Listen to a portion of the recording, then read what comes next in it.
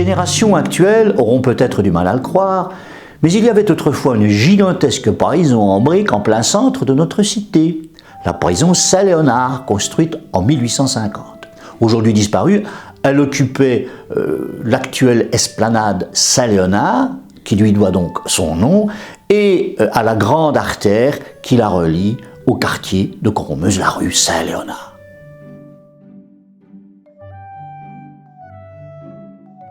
C'est le doux et vénéré Velbruck qui fut le promoteur d'une timide réforme qui aboutit au développement de la prison Saint-Léonard, qu'on aperçoit ici en centre-ville, dans sa version du XIXe siècle. Ce centre de détention était situé entre la porte de Vivnis et la porte Maguin. Il aboutissait à un pont qui n'existe plus, les douves défensives qui l'enjambaient ayant été comblées. Ce pont donnait accès au faubourg du même nom, qui s'étendait de part et d'autre de l'actuelle rue Saint-Léonard.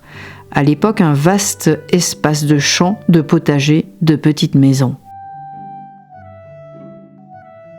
Au départ, la prison du prince-évêque se trouvait principalement dans une annexe du palais. Mais en 1737, il fut décidé de transférer l'ensemble des détenus dans cette prison du faubourg Saint-Léonard. Celle-ci se développa, grossit des bandes de mendiants et de voyous qui grouillaient dans les rues de la ville au temps des Lumières. Et oui, le soleil ne brillait pas pour tout le monde. Ce fut dans ces cachots qu'échouèrent plus tard quantité de têtes brûlées, d'émeutiers, de partisans des libertés, des défenseurs des droits du bon peuple. Bref, toutes sortes de révolutionnaires, savamment mélangés aux délinquants ordinaires, voleurs, vagabonds et meurtriers. Ton Velbruck aurait mieux fait de construire des écoles plutôt que de construire une prison, histoire de laisser une trace honorable dans la mémoire des Liégeois. Mais Velbruck avait à cœur de faire soigner et éduquer les milliers de mendiants qui arpentaient les rues de la ville. Et dans la prison surpeuplée qu'il laissa à Hunsbruck, son successeur, la condition des prisonniers empira, et beaucoup, dans l'agitation des épisodes révolutionnaires, y furent tout bonnement exécutés. Et décidément, à Liège, on ne sait pas trop ce qu'on veut. Le bien général ou le mal, ça dépend du temps qu'il fait. Oui.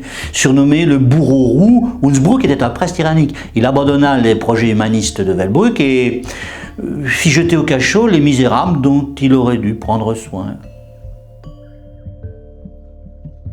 En 1850, la physionomie du quartier avait bel et bien changé.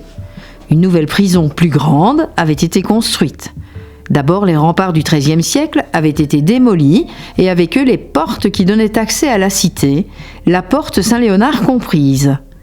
La voici cette prison au style néo-gothique, vue de sa façade sud face à l'actuel pont Saint-Léonard que beaucoup de Liégeois continuent d'appeler le pont Maguin, en souvenir de la porte qui se trouvait sur la rive gauche. Ce pont fut construit bien après la prison en 1869. Il fut plusieurs fois reconstruit, notamment en raison des sabotages des guerres mondiales.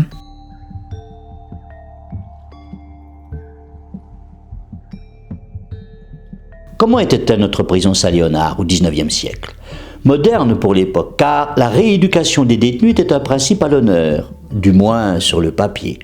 Elle comprenait 2 sections, une pour les garçons, ouverte en 1851, et l'autre pour les filles, dès 1853. Toutes sortes de gens y échouaient, pas seulement des meurtriers ou des brigands. On y croisait des vagabonds, des escrocs, des étrangers sans papier, déjà, et les gens qui se livraient à la prostitution. Les prévenus étaient séparés des condamnés et une aile psychiatrique traitait à part les cas d'aliénation. On essayait déjà de distinguer les délinquants entre eux pour éviter une éducation au crime. Tous étaient cependant tenus de travailler, soit dans les services de la prison, soit dans des ateliers spéciaux.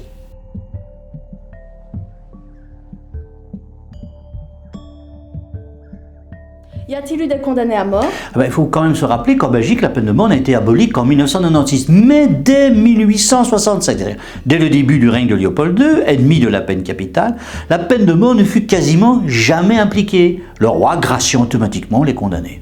Par exemple, des Belges ayant commis des crimes très graves furent toutefois exécutés. C'est sous l'occupation allemande, comme par exemple, cet Émile Fairfax en 1918, on l'aperçoit ici, il avait crapuleusement massacré sa petite amie enceinte à coups de marteau au milieu d'un champ.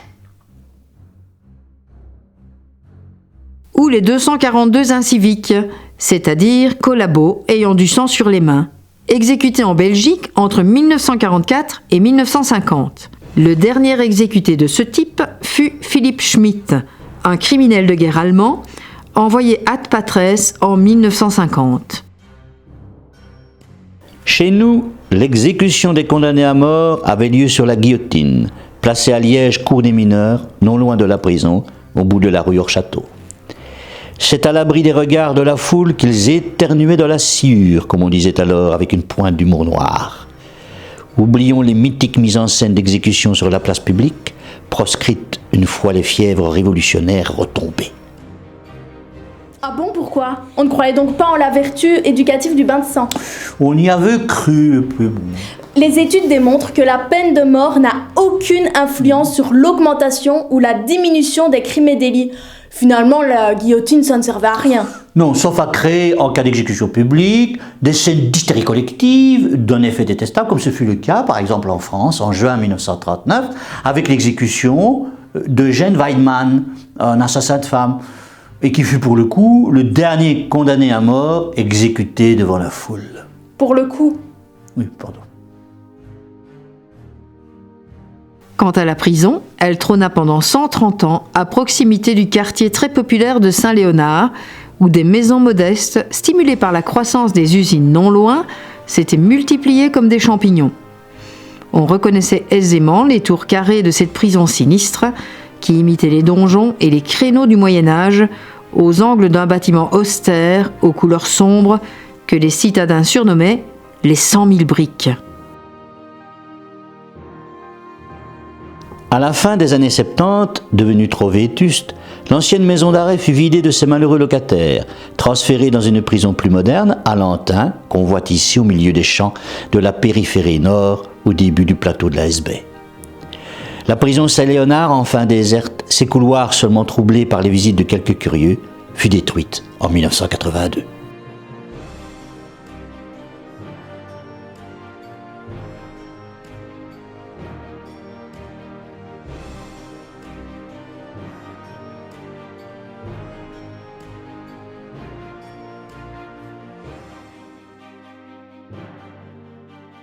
Au lieu d'en faire quelque chose d'utile, je sais pas moi, une auberge pour la jeunesse. Alors, l'endroit où elle se trouvait demeura longtemps une friche. En 1994, un concours public fut lancé par la ville de Liège pour réaffecter l'endroit, qui devint en 2002 l'actuelle esplanade qu'on aperçoit ici.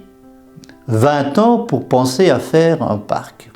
Mais je connais! C'est l'actuel parc Saint-Léonard. Dis donc, tu la connais de mieux en mieux, toi, ta ville, hein? Je ne te le fais pas dire.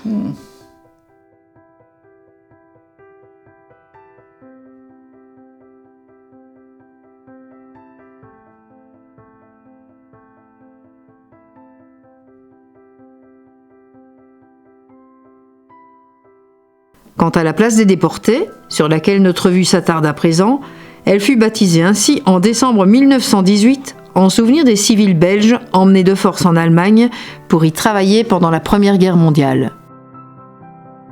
D'importants travaux d'aménagement ont actuellement lieu sur cette place, point d'arrêt du tram pour 2022. En théorie. Petit clin d'œil ironique. Cet arrêt du tram sera intitulé Pont Maguin et non Pont Saint-Léonard, comme s'appelle officiellement le pont voisin depuis 1866. Sans doute histoire d'embrouiller définitivement tout le monde. Mais qu'est-ce que tu racontes? Tout le monde dit Pont Maguin. Oui, tout le monde, mais c'est le pont Saint-Léonard. Sérieux? C'est comme je te le dis, il n'y a qu'à Liège qu'un pont porte deux noms différents selon l'endroit où il est renseigné.